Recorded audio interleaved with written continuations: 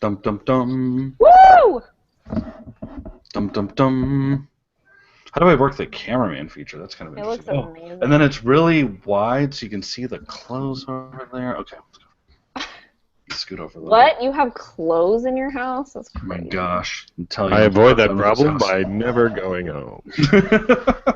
I would like to not go home to this place. Gosh, I would, why don't people live in hotels more? Like, my husband has a coworker who lives in like an extended stay. It's genius. Someone cleans and cleans for you all the time. You get new sheets whenever you want it, new towels daily.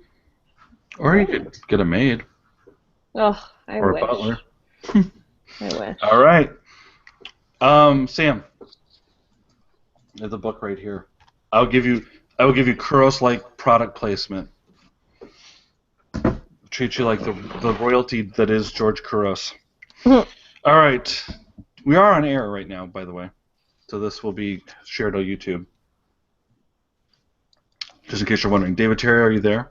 Oh yeah, I'm here. I'm just I won't be able to hold my finger or anything. So David, just I don't know. Here, I'll leave my Voxer open. You can tell me when you want to ask a question. Or I can use the group chat, whatever. Okay. Oh yeah, we can use it. Oh yeah, look, we got chat. Okay, there we go. Yeah, use a group chat. Awesome, boy, just like the olden days. All right, here we go. Ready? John, edit here. Hello and welcome to Techlandia. How are you doing today? I am John Samuelson in Portland, Oregon, the home of the 1-3 Trailblazers right now. And they are about. You don't have to be disrespectful and boo the Trailblazers. You can just applaud for your team, please. You know what? I think they're very gritty. The Trailblazers, they're a gritty team. They are. They've got a lot of grit. They actually, yeah. I've seen a lot of articles disrespecting grit. I think I saw one in the Washington Post and the New York Times talking about why grit is just the most overworked term in education right now. Isn't that kind of funny? Are we moving back to resilience? Yeah, I don't know what they're going to go back to. Anyway, I'm in Portland. We're gonna get out of the last playoff games tonight for us. Thanks. we gave Amy a little bit of a scare, but we're gonna go down right now to Administrator of the Year in Northern California, and her name is Amy Fadagi. How's it going, everybody? Happy Wednesday. Amy Fodagi. Fodagi. What if I said, Amy? What if I said that I was thinking about coming down there next weekend? What would you do? Like, get so excited and freak out and hang out with you. Would you think, okay, then he's coming to the Maker Faire, and would you like go with me to the Maker Faire? What's the date? It's the Saturday and Sunday of next week. 20th, 21st, not this coming something like weekend. that. No, not this coming weekend. The next one. Yeah, that's a maybe. Okay. There we go. That's all I want is a definite maybe. Is it a Stumpenhorst maybe? I'm like saying. He did with you that one time?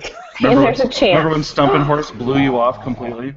Yeah, remember that time I went to Chicago and I was so excited to meet him and he's like, I got my kids' swim meet to go to or something stupid. And then all of his teachers were in my sessions heckling me like, hey, Stumpenhorst says hi. And I was like, I don't even know that person.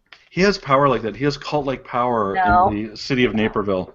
So. Which isn't really a city. It's a suburb that's so far away from Chicago. I know. That doesn't even count. Yeah.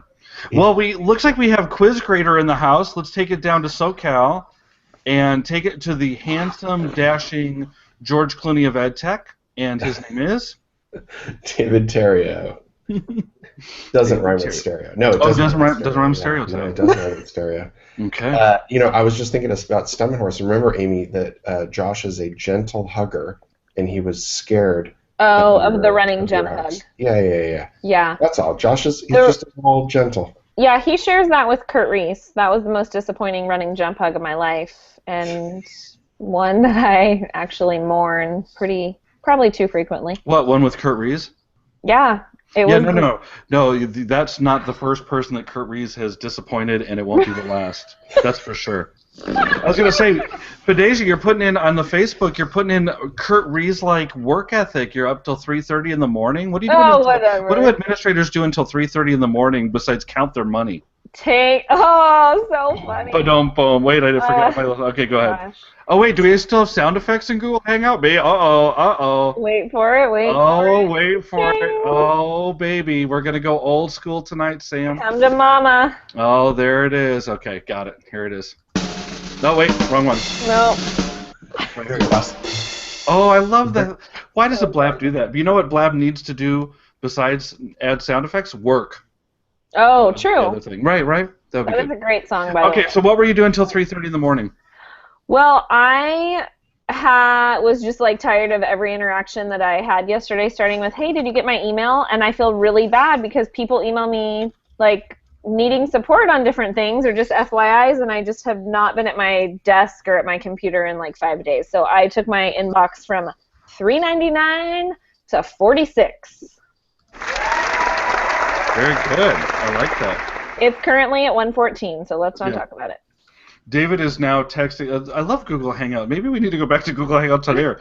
David is now texting Sam Patterson, our special guest, that we go about 15 minutes before we introduce them, the guests, and Sam has been on a show with me before, and he knows this to be completely true anyway. I'm feeling more like 20 is appropriate for 20 is appropriate. So anyway, we're very honored to have our special guest. I'm holding his new book right here. It's called Programming in the Primary Grades. Look at that, and he says you should go out and get a copy right now. Now, Sam, you know what I was struck with first is I bought this book at the store, but look, it has this like a subscription. It says, "To John, who taught me to iPad, Sam Patterson." Isn't that a coincidence? I just got that right off the shelves at Barnes & Noble like that. Pretty good, huh? Sweet. Yeah. Oh, Sam, are you here? Are you on? Can we hear you? Sam, we lost you all of a sudden. Is that real? What, my book inscription? No, now that we can't even hear him? I know, we heard him the whole time, and now, Sam, you're gone real quick. But here, yep, that's real. Who taught me how to iPad. Oh, my gosh. Wow. Okay. Well, but Sam, trust us, Sam is there, and he's coming in a second. He had great sound. He has a great microphone. He does have a great microphone. Look at that. He has. We like to call it a Bradbury-like microphone right now. Jeff Bradbury-like. Actually, what he's doing right now is he's writing some code for an advanced microphone. Yeah. Good. Okay, that's good. How are the Lakers doing in the playoffs, David? We're taking a break after winning all of our rings, and so we're just going to kind of relax a little bit. We're going to let some other people have a little sunshine for a little while. I think it's good. Listen, once again, as soon as you win a championship against a full team without like half their stars injured, just talk to me. Let me know. Okay, let's see. Okay, Sam at least knows that we can't hear him now. He's still sitting there talking. Which and Sam, can you hear us? That's more important because we like to talk. Okay, he can hear us. That's good. I mean, really, I did say the three of us were so funny today on Voxer. I was like, we really should just have. We really should just do. Yeah, we should really just do our own show. Sam, jump out and jump back in, homie. Yeah, Sam, you can jump out and jump back in. We can always edit the thing. Okay. Yeah. So anyway, jump around. What was up? What's up with today? It wasn't in the cards for us today. We're trying to power through this, but it's what I call May Day all May. It's been bad, dude. I'm serious. I got a phone call the other day from somebody who was like, "How do you still stay teaching?"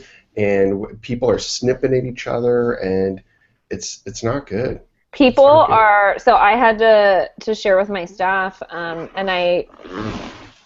It's like, you know how people like read emails and newsletters in their own like tone of voice and all of this. So, yay, Sam, it worked. Yay.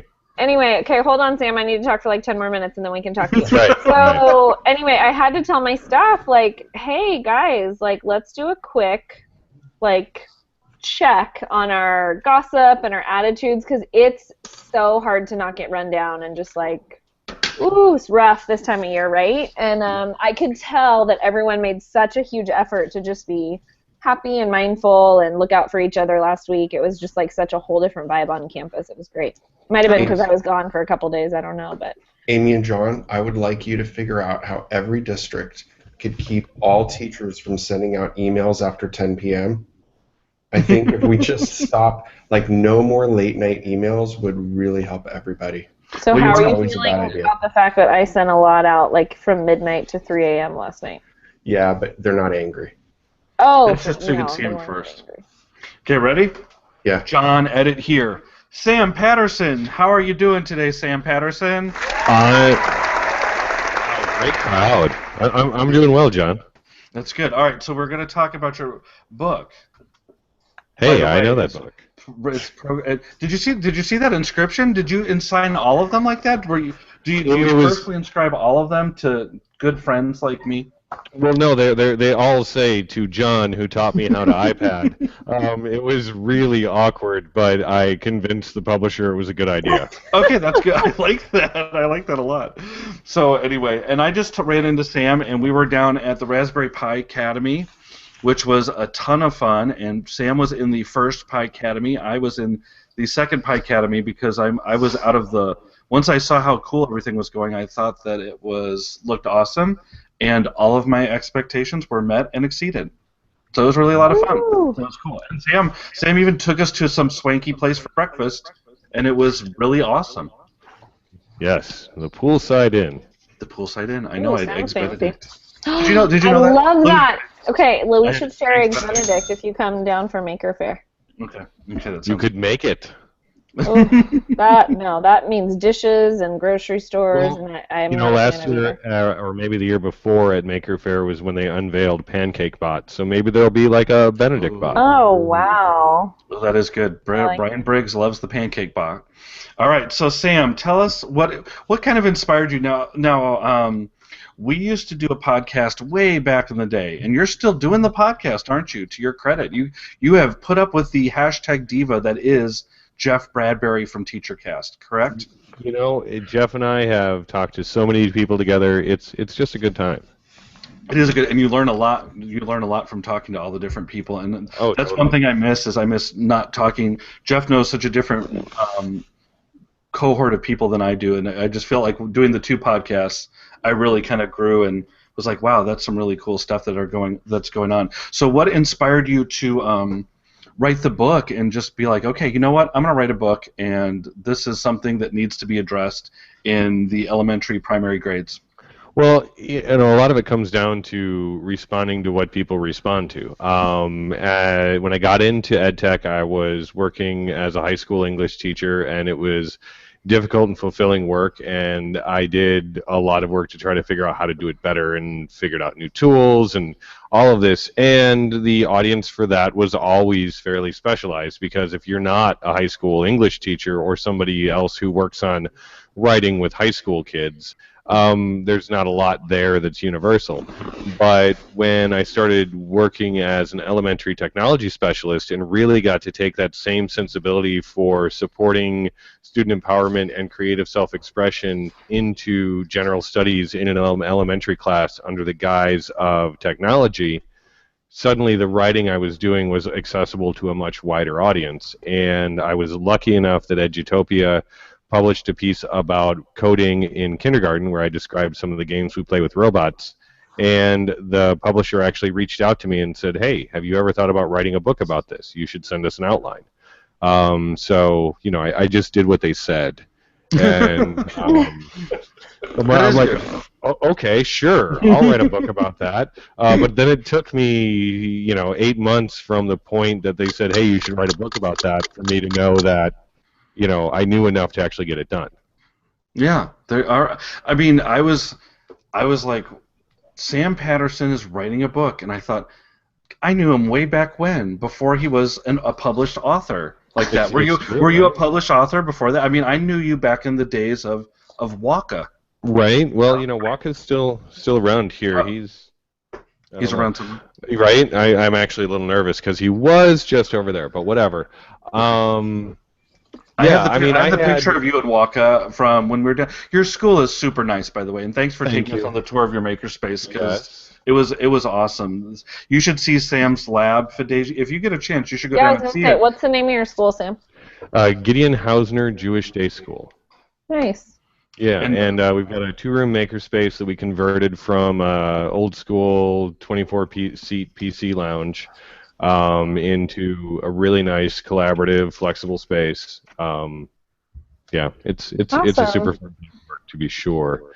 And all the furniture is on wheels, which is the biggest double-edged sword I've ever had. I love being able to move everything out of the way, but fourth and fifth grade, if I could freeze those wheels somehow, I would.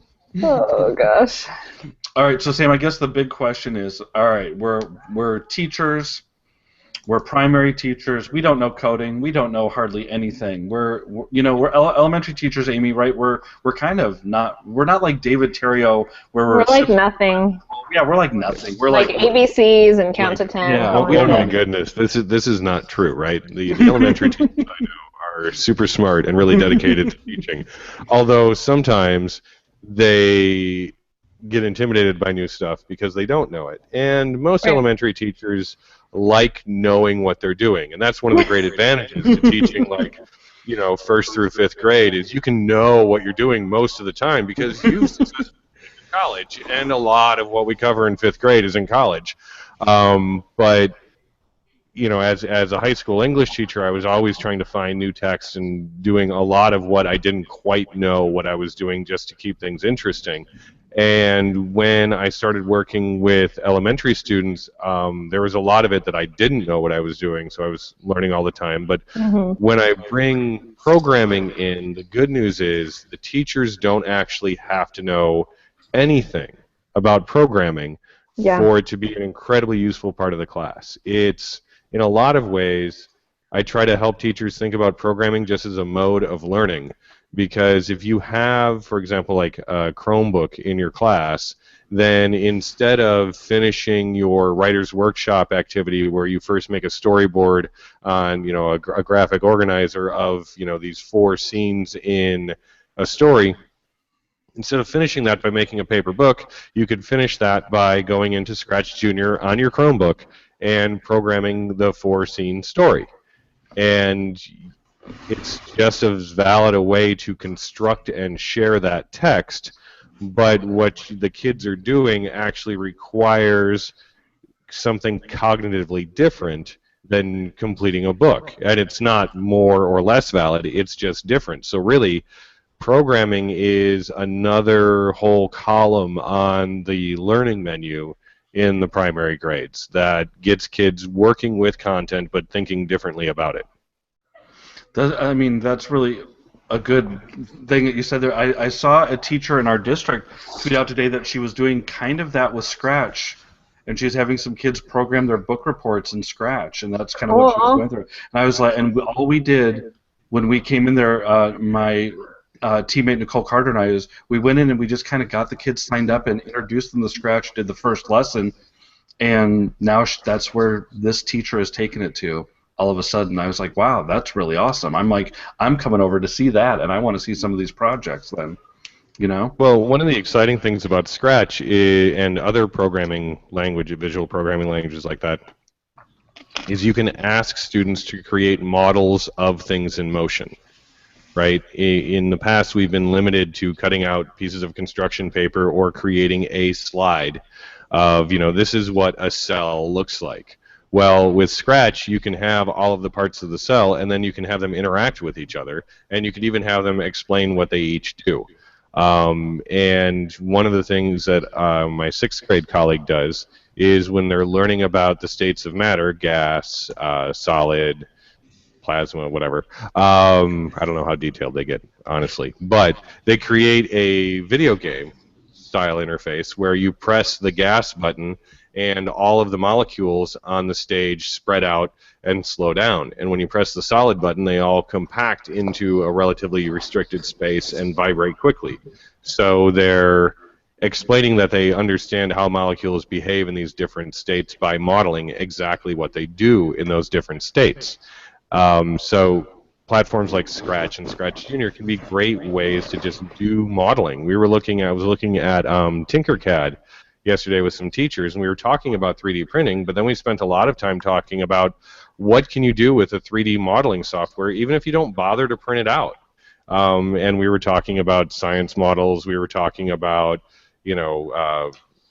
just, the shapes of animals, you name it, you can build it in that digital three-dimensional space. So I think one of the big opportunities we have as teachers is really looking at the tools available and saying, So where can this fit in and kind of dovetail with what I'm already doing and become part of that existing workflow? Because that's the other thing about programming is we don't have to go to the lab. We don't even have to change significantly what tools are in our hands. We can seamlessly go into programming. And my kids are working all the time between, their paper worksheets and notes and whatever and the iPad. Sometimes we take pictures of things we draw and we program those pictures to bring them to life. That's really cool. Okay, so David Terrio has brought up a little question. He's going to play devil's advocate for you right here. Go ahead, David. Well, okay, so coding isn't going to just, it's not flavor of the day. It's going to like disappear tomorrow, right? But let's say, apps change so fast. So I learned Scratch, or I learned this, or I learned that. Like, am I going to have to keep relearning coding languages and yes, or interfaces and stuff, like every year? Forever, because it is just going to keep getting better. And when I started this working 3 years ago, when I started working in tech integration, a big conversation on campus was, what language do we learn? And it was singular, and it was considered monolithic. And I was reading Invent to Learn by Gary Steiger and Sylvia Martinez, and they have a whole chapter about learning programming languages. And they make a pitch for focus on Scratch, and when you need to do something else, learn the language that requires.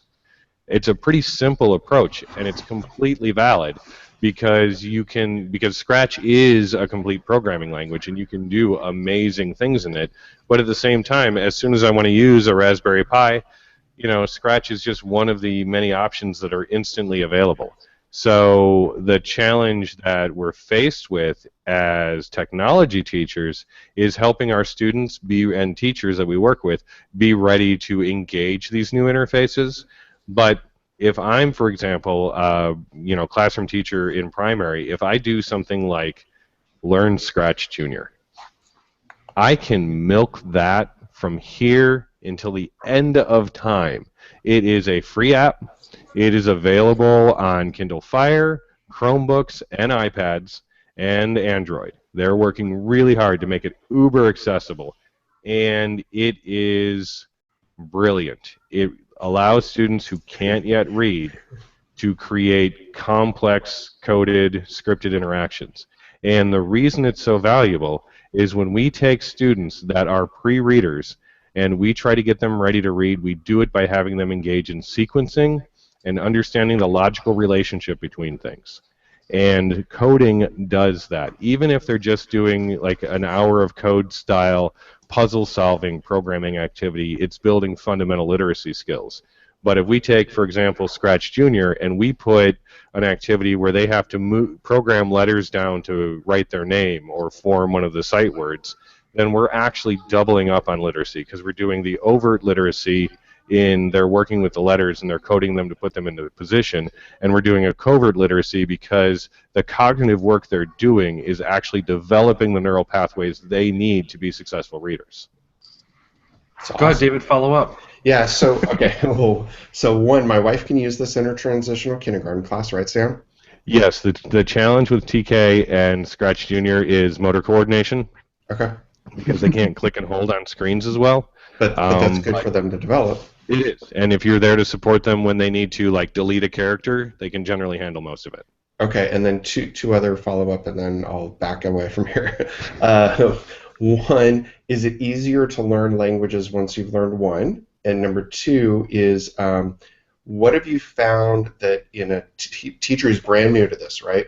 A teacher who kind of learns about coding and whether it's Scratch Junior or whatever, does that in any way change the way they teach or approach teaching? Have you found that there's any kind of like crossover in learning? Like, does it change how you look at stuff at all? The second question's really big. What was the first one again? He does that. Like, what? Come on, one at a time for us elementary. Okay, the first one was once you learn one, is the second one easier? Yeah, that's a great one. Yes, a lot of what these programming apps are initially designed to do is to get students familiar with common computer science programming concepts.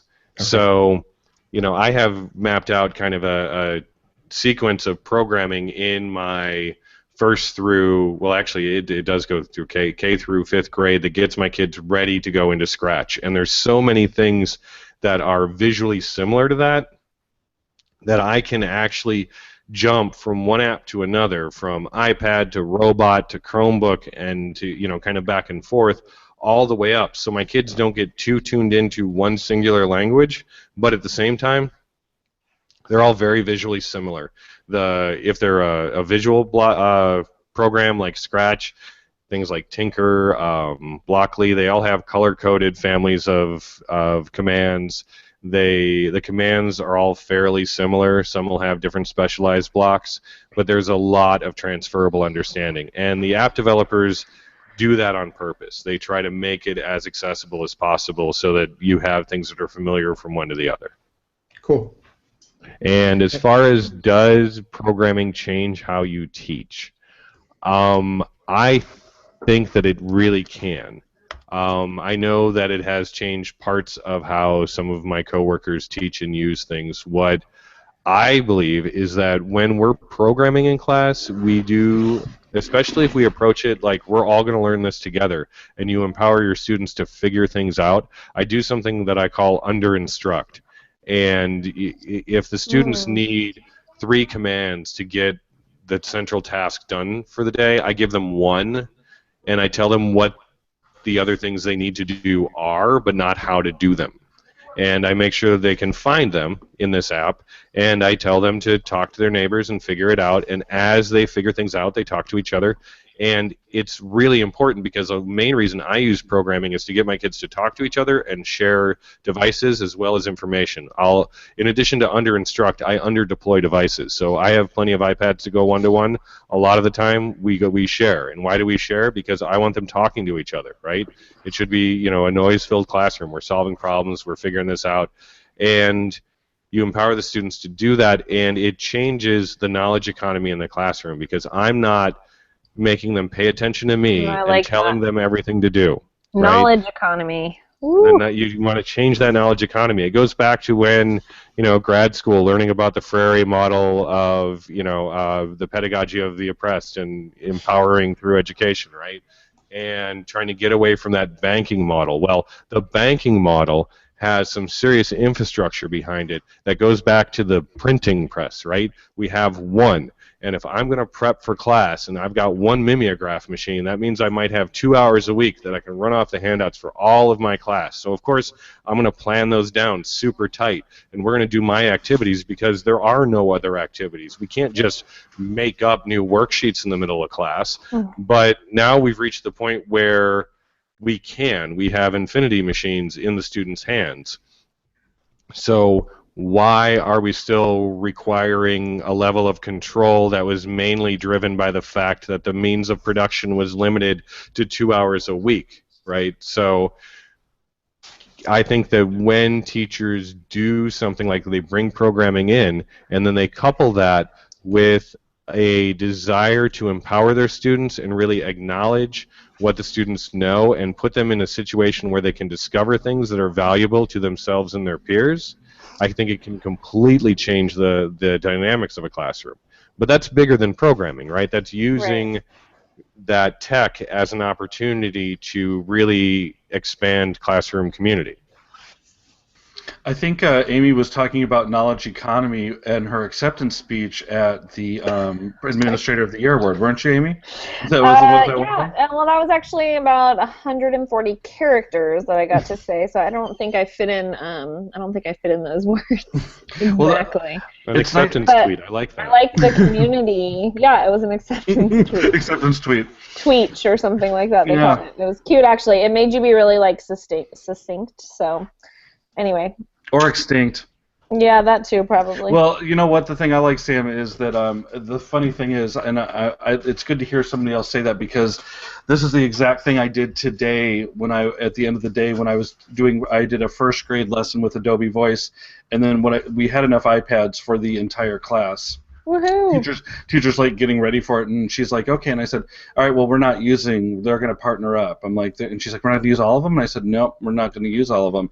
And then the funny thing is, they keep the first grade. This is why I never would have taught first grade. Like I've taught 2nd through 6th, but I've never taught kinder or first. Oh my goodness, they're my people. What's wrong Those with you? people they get crazy respect from me for teachers that can do that. I think I would go crazy though. But the other thing was that when the first graders they kept coming to me, and I would look at them and I'd be like, I don't know. I think you're gonna have to figure that out for yourself. Or I would be like, you know what? I think that person over there did it. Why don't you go and ask them? You know, don't just sit there and ask me. Right. So I was totally just trying to shuck and jive and push them off to the side. And it's good to hear somebody else say that they do things the same way too. So thanks for that. Well, Sam. you know, and I like to put it behind a good kind of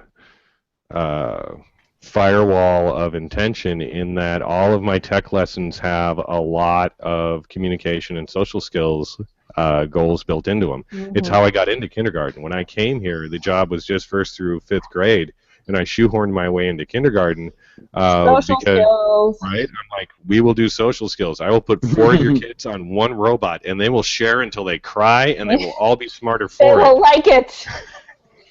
Do you have Amy? Do you have a lot of people doing like teaching programming at your school? Do you think at Pen Grove do you have a bunch of teachers that are fired up about it? No. So this is actually an area that that we could use some improvements, and I have a super duper plan for that. The cool thing is that like a couple years, I mean, exactly what you said, Sam, about that you don't have to know a lot. Like it's sufficient. So like one of my teachers, Tracy Maneris, she's a fantastic 5th grade teacher. She was like, hey, it's, code week or whatever. And so she was like, I've never done this. I don't know what it is, but it's super easy. Like you don't really need to know anything. You just, here's how your kids access it.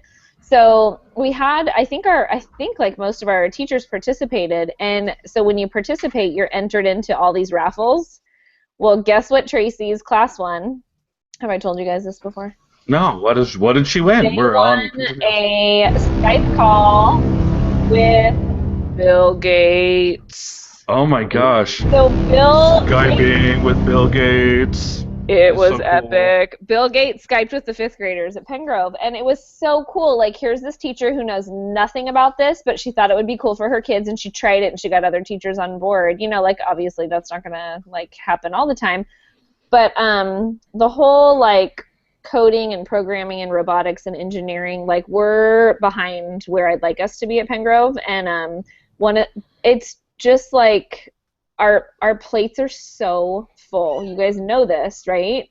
And I'm expecting like great things out of all the things that we're doing. And so for next year, we are going to be adding a STEM coach at Pen Grove. And it's only going to be 2 days a week. Woo, money!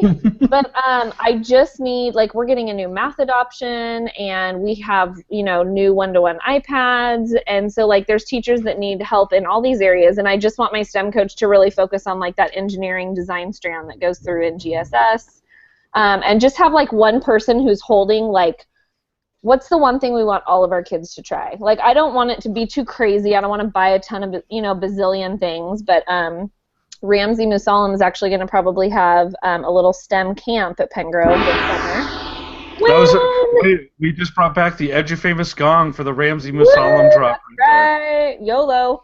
So Ramsey came out to Pen Grove, and I was like, all right, so talk to me about STEM. What could that look like? And I loved that, like, we were sitting at my table, which I, like, never sit at my table, and he picked up an expo marker. He's like, can I write on this to my whiteboard? I'm like, yeah, that's what it's there for. And he started mapping out, like, what he kind of envisioned this person would do. Like, in K3, maybe we're playing with, like, B-bots, and then we move into the Lego engineering, and we were talking about, like, all these different things. It was so cool. So we're really far behind, and I hope that that next year we can kind of get our footing under ourselves a little bit better. Well, first of all, I'd like to thank you for pointing out the subtitle to Sam's book, the Coding Week or whatever, which is, it's actually called Beyond the Hour of Code. But so anyway, because you're trying to get people to code for an hour in December. But what I was saying is you've got Sam Patterson right here, and he is going to now explain to you what would your steps be, Sam, to get Amy's teachers started? Oh my gosh! With that, what would you do? Like, let's say people are listening to this podcast right now. The 12 people who are listening, or who will listen to it in the next year.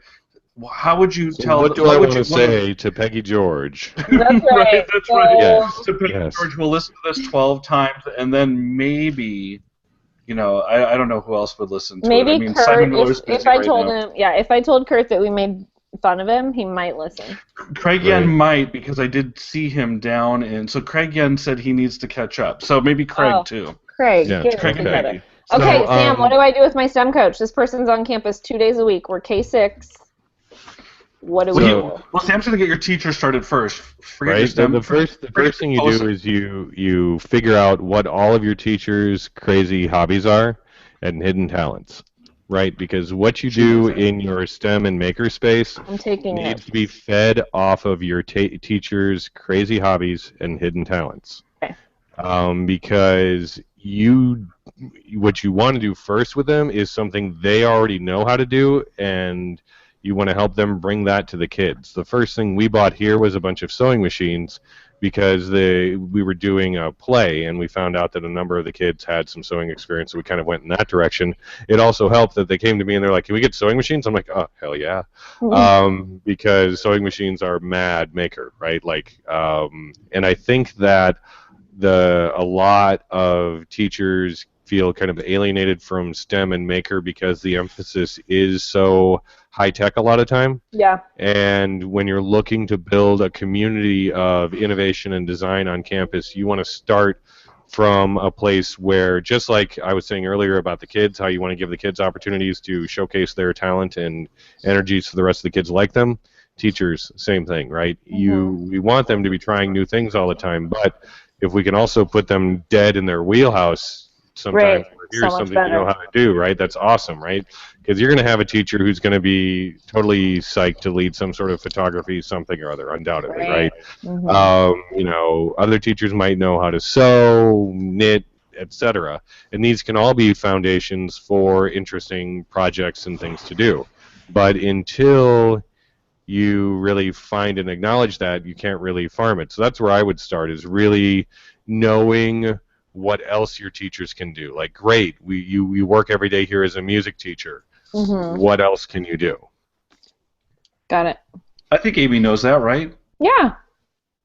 She's Administrator of the Year. I can do right. No, so she probably that's why she's up till 3. She's stalking their Facebook. Yeah, posts. she's on there. You She's guys stalking are their so Facebook. awful. It's so funny. Before I posted that, I thought it was funny. I was like, "Is this stupid? Someone I love is gonna make fun of me." And I didn't know it would be you, John. I didn't say anything bad. I just said it's really 3:30 p.m. and you're taking a nap. I know. That was awesome. my little. At 3:30 p.m., I was sitting in the dentist chair getting a filling. I don't Good even times. eat candy. What is wrong? Oh, You probably should, if you're going to get the cavities anyway. The march of time. So that I do and then- realize, Sam. And then after you farm, their interests, then you figure out what really fun, cool stuff you want to focus on and build, and do that, one significant piece at a time. One of the things I'm really excited about, I've seen some people doing some really neat stuff with wind tubes. They're like attached to a fan, and it's really like a kind of a K2 thing, but you could do it anywhere. It's like a small wind tunnel out of a household fan, and they point it straight up. And kids put things in the bottom of the tube near the fan, and they'll float to the top. Oh, cool. So the kindergartners can design little flyers out of different stuff, whether it's feathers or styrofoam or paper or whatever, and they can experiment with those shapes and how they interact with the airflow. Very cool. That's pretty cool. it. I like that. Sam, what I thought was interesting too is one of the things you said before was, let's say there's people with limited budgets out there for technology, and they want to go, but you said something that was interesting at your makerspace. You were talking about if I had $1,000, this is what I would buy, and your choice was kind of interesting. Do you remember what you said? Was that the Spheros? No, not this. It was this. It was after the Sphero. So you said I'm going to do the programming, but you're like, I would buy the Kindles Right. Right? And then you're like, so what would be your advice if, let's say, if there is somebody out there that like wants to do like a crazy like $250 like GoFundMe or something like that? What would you suggest if they had like a $250, $300 budget? What would you suggest would get the most devices and like bang for their buck in their hands? It depends on exactly what you want to do, but I've got this like Amazon Fire something or other, right? That's the super cheap one. And it's a great little, I don't know, 7-inch tablet, and it runs the Foos, it runs Scratch Junior, and it'll control the Sphero. So, it's got a bunch of Amazon stuff on there too, but they keep tweeting at me that they're going to be doing something big in education, so maybe that'll get useful too. But even if it's just for those specific apps, and, let's face it, the fact that it doesn't have a whole bunch of other stuff on it might be value added. But being able to, have that access to Scratch on a tablet this size for, I think it's $50, that's amazing. And if you had a very limited budget and you could get like 5 of them for under $300, then, that could be a station, right? Like in the world of incredibly limited budgets, there definitely are groups out there that are working to keep their stuff free and accessible. And deliver it in low-cost platforms. So, yeah, I thought that was an interesting point. And then, like, I know that you've worked in the. David, do you have a question? No. I didn't mean to cut you off. Okay, I was just saying. Listening. Okay, so Sphero, I know that you've been using this. You've been old school using the Spheros for a while too. What's your favorite? Like, I've got a couple Spheros. What's my first activity out the box, or like, what's one of your favorite activities that you do with your students with the Spheros? There's so many different ones, and they generally all work really well. I love doing design things around them, so like Sphero Chariot competition. And yeah, it was one of their first STEM lessons that they published, and I've enjoyed kind of talking to them as they put different lessons together and try to make them usable. But I've done it where you put the kids in teams, you make them sketch a design first, you give them a fairly random assortment of materials, as long as some of them are round and some of them are sticky, it'll all work out. And you tell them to build a chariot, and they're going to have to race it. And you give them a time frame, and you walk around, and as they work, you kind of observe what they're doing, you help out when you need to, you hang back and let them try to figure it out. And I did this with a group of 6th graders recently, and the lesson was supposed to be 30 minutes, and the teacher was there with us, and I'm like, I could stop this now. She's like, no, don't. And it ran for another half hour because the kids were just so into it. And at the end, when I was trying to wrap it up and do kind of a little meaning making, let's put a little closure on this, I had to wait for the kids to be quiet because they were talking about what they were doing. Right, so it's like, okay, I'm not even going to get mad at you. I'm just going to be quiet until you're done talking, because what you're saying is actually interesting and on topic, and I don't care when the bell rang. So. Right, exactly. Oh, there's the bell. Oh, good one. Guys, just need to update you that, well, first of all, I really appreciate the Trailblazers and the Warriors delaying their game 26 minutes tonight for us. Nice. The current score is 5-4 Portland. If Portland That's a very short trail they've blazed there. Yeah, it's now 5-6, so yeah. Yeah, never mind. DVRing this, Amy. I know. I'm not going to be psycho about it. I'm just, when we're done having a lovely chat, I'm going to turn my TV on and we'll be good. By the way, John, there are a couple of people in the Q&A. Oh, okay. And so just letting you know about that. Oh, okay. Cool. Who's in there? Is it Peggy George? Hey, it is Peggy George and Eric. Hi, Eric. Oh my gosh, Peggy has been here. What Right? in the world? I'm sorry because I've been in the sound effects, Peggy. Hey, that's a good point. Peggy brings up the fact that I also have a new podcast. Did I tell you, John, that I have a podcast? No, you didn't tell me you had a new podcast. What's your podcast? It's called Beyond the Hour of Code, and you can find it. Right? Oh, that's so cool. You can find it at beyondthehourofcode.com/iTunes. Love it. And right now I'm on episode, I think, 10. There's going to be 13 episodes or 12 episodes that are the book episodes, because what I'm doing is actually kind of going through the core content in the book and talking through it, making it a little bit accessible, leaving out half of every sentence. So you're like, oh, what does that mean? I have to buy the book now. No, that's not actually what I'm doing. I'm trying to make sure my publisher doesn't think I'm actually giving it away. Oh wait, who's that? Oh, somebody's in the parking lot, Sam. Oh, yeah. They're honking. But yeah, the podcast is great, and I'm hoping, and I have it recorded already, but I'll actually be putting out my SFQ Bridge to Innovation keynote on the podcast, hopefully in the next week. Nice. Now, tell us a little bit about that. How was doing the keynote? Was that the first time you'd done a keynote speech before the conference? It was my very first keynote, and it was super cool. fun. We had a good crowd. They all danced with me. We did a little Go Noodle dance there to kind of get everybody moving. Which one did you do? We did Instant Insanity because you can do it from your seat. You pretend you're on a roller coaster and there's a lot of screaming. Oh, that's so fun. It is. I only did it with my kids twice because I needed to practice for the keynote, but it's not one I actually ever use in school because of the amount of screaming it asks the kids to do. Like come on, little, would you? Oh, I do. My school neighbors, like, this morning popped in and said, how did you get the big boy job anyway?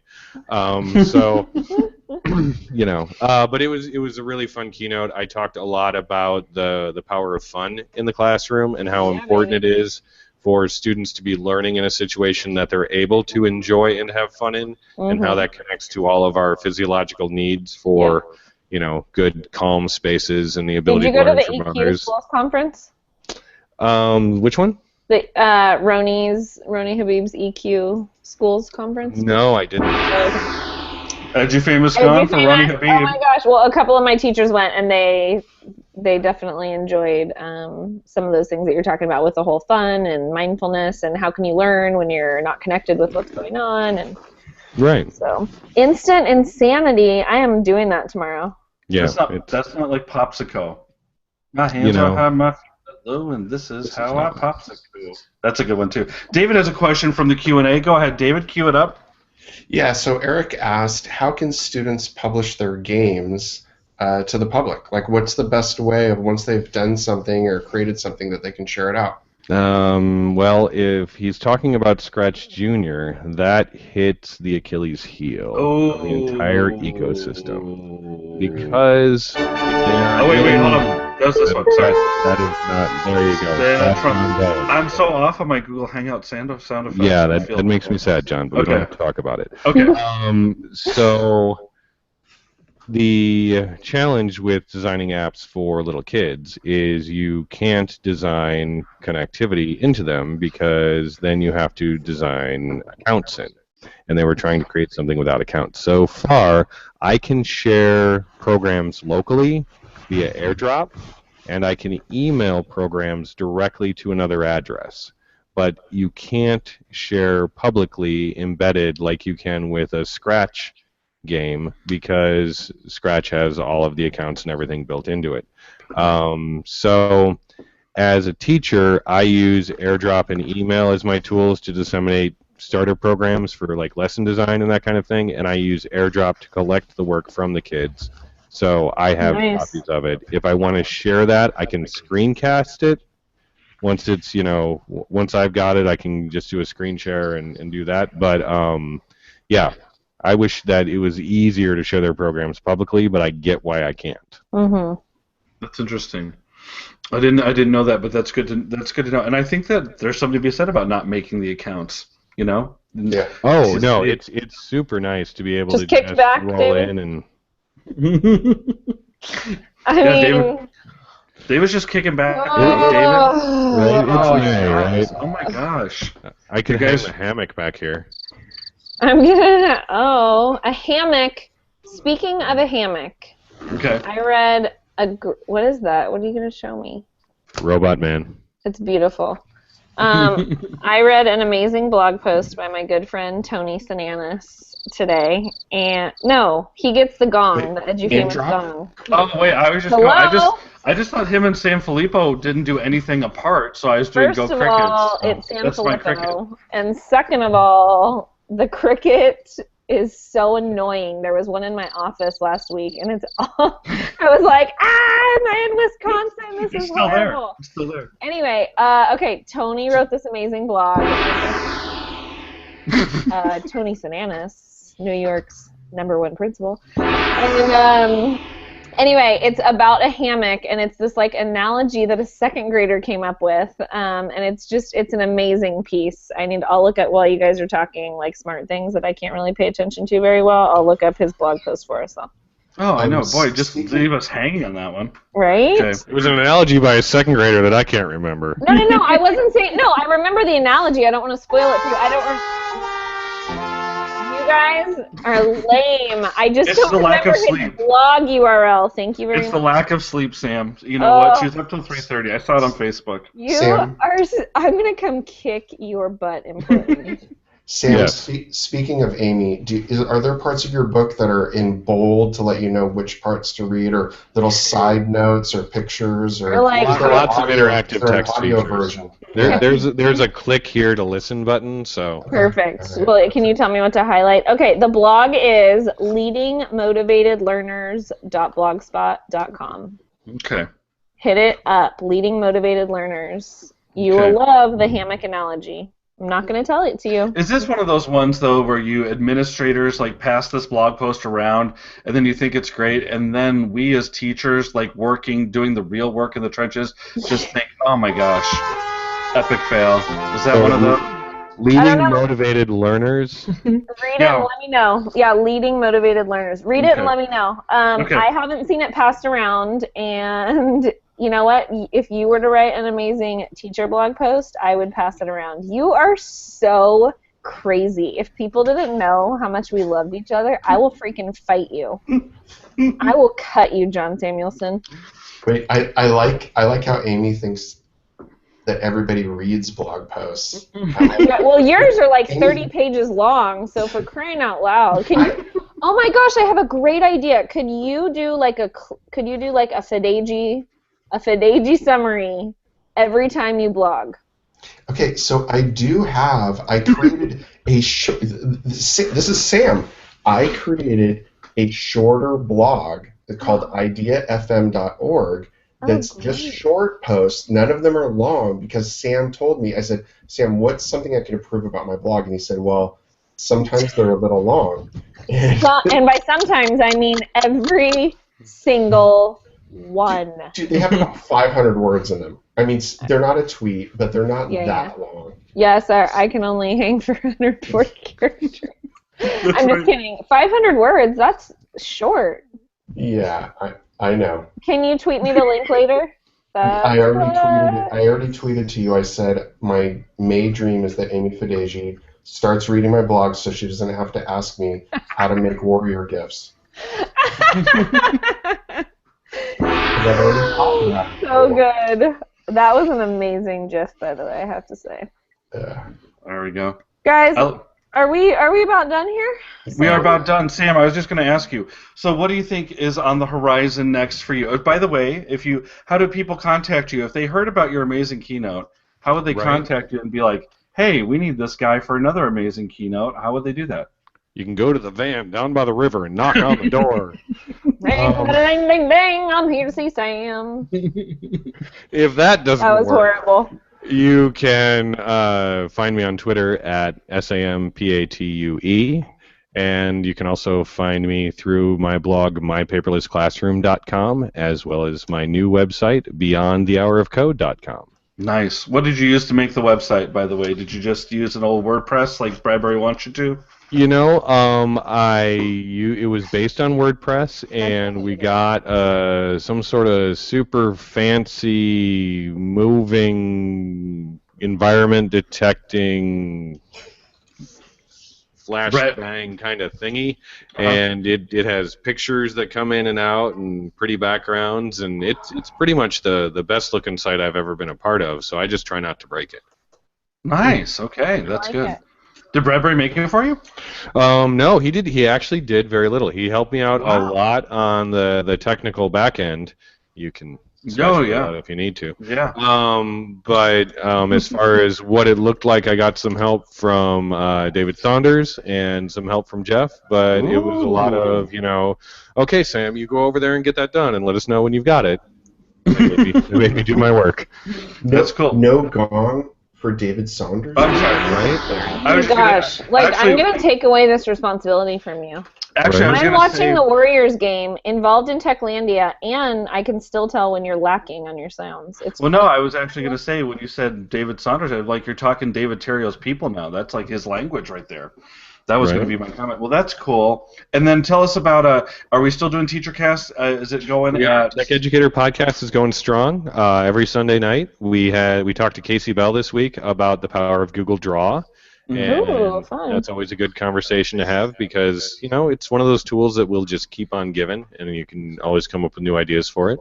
Mm-hmm. And we talked to Josh Gauthier the week before that on Google Geo tools and making maps and such. So, yeah, always great stuff to learn there. When David Terrio wants to know when he's going to be on TeacherCast. Tech Educator. Whenever you want, man. Okay, David, you should go on Tech Educator Podcast. That's what I say right now. I want you to talk language arts in the high school classroom. That's what I want you to do. Yeah. Actually, you guys remember what I was saying earlier about language arts, and we actually try to have an audience. I don't know. Oh, what? It's sad, but yeah, it's hard. Wait, what happens if we're heavy on the art and small on the language? Yeah, good. That'll be fine. David, I wanted to touch base with you though. I saw a picture coming out of your classroom today, and I think students were using their phones. My students use my phones every day. No phones allowed at schools. It's bad for kids.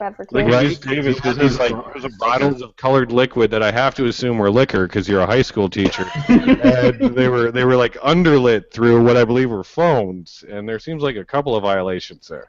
Yeah, no, it was really cool.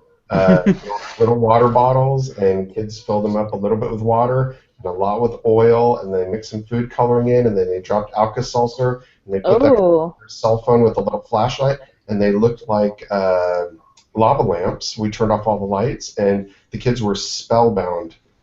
I'm going to also need a GIF of that. Lava lamps. Yeah, David's actually going to be publishing that one in his forthcoming book titled Tricks for Teachers in Colorado, How to Teach Your Students Once Marijuana is Legal. And this one is called Afternoon Lava Lamps. That's right. I can probably guarantee you I will never publish a book, but that's good to know.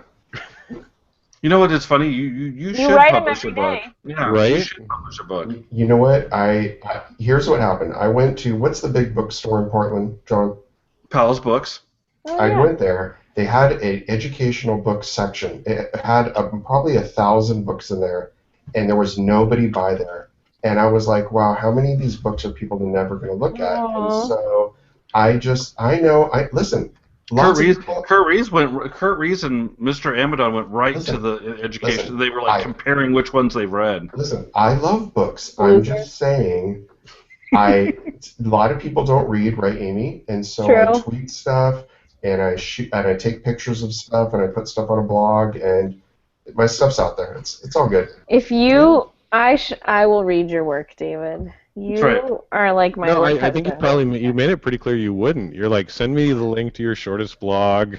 And I'll think about it. Don't follow that up with I'll read your work. That's just. Well, I mean, I feel kind of like, look, he's all kicked back like that. Like, look at all that's relaxed. That's okay. Like, he's not stressed. No one in Powell's is in the educator section. That's so funny. You guys crack me up. Okay, well. We will I am going to put an Adobe Slate out with the notes once I pay the bill for Techlandia. If you are listening to Techlandia right now, you might get a little notification I haven't paid the bill. That was just because my credit card got boosted in Kuala Lumpur, and I had to get a new credit card. So John, I can help you with this. Yeah. So anyway, I feel like I should contribute. You're contributing right now. The book is called Programming in the Primary Grades: Beyond the Hour of Code by Sam Patterson. At your local bookstore, buy it. If you go in, it's like the Coke cans. If you look inside, it'll be inscribed to John or to like my best friend or BFS. and they'll be autographed. So that Sam, you should have done that. That would have been a great gimmick for you to do that. You should have just personalized a bunch of them. They could have looked for whichever book. Probably get sued. That was there. I actually do. Every time I find one in the wild, I personalize it to one of them. I bet you do. No, you really Oh my should. gosh, you make me want to go camping. Wow. I've seen other people do that. It's awesome.